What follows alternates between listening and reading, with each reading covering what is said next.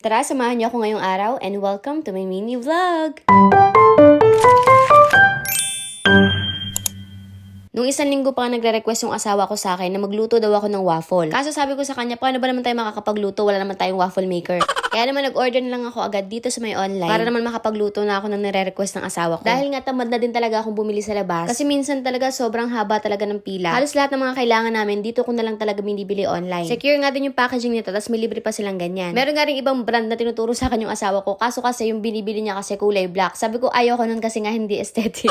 Balik nga tayo dito sa niluluto ko. Hindi naman kasi talaga ako mahilig sa mga waffle. Kasi hindi rin naman ganyan yung mga inaalmusal namin noon. Kasi nga nung bata naman ako, sabaw kape lang naman, solved na ako. Nilagyan ko na nga lang pala agad to ng butter. Kasi mabilis din talaga tong uminit, parang ulo ko. Pagkatapos nga, inilagay ko na lang tong pancake mix na binili ko. Medyo mahirap nga lang din siya iganto-ganto kasi mas maganda siguro kung meron akong pampisil, yung pinipisil-pisil lang.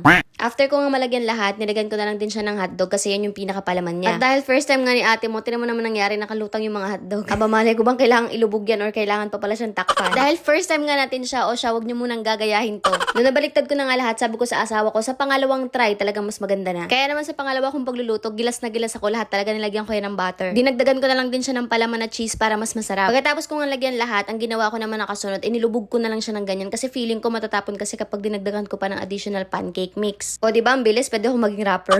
Nagdagdag na nga lang din ako ng mga pancake mix. Tapos hinayaan ko na ulit siya maluto. This time, pagkabukas ko nga, medyo umumbok na siya ng ganyan. Feeling ko okay na to. O sige, ngayon niyo ako hamunin gumawa ng waffle.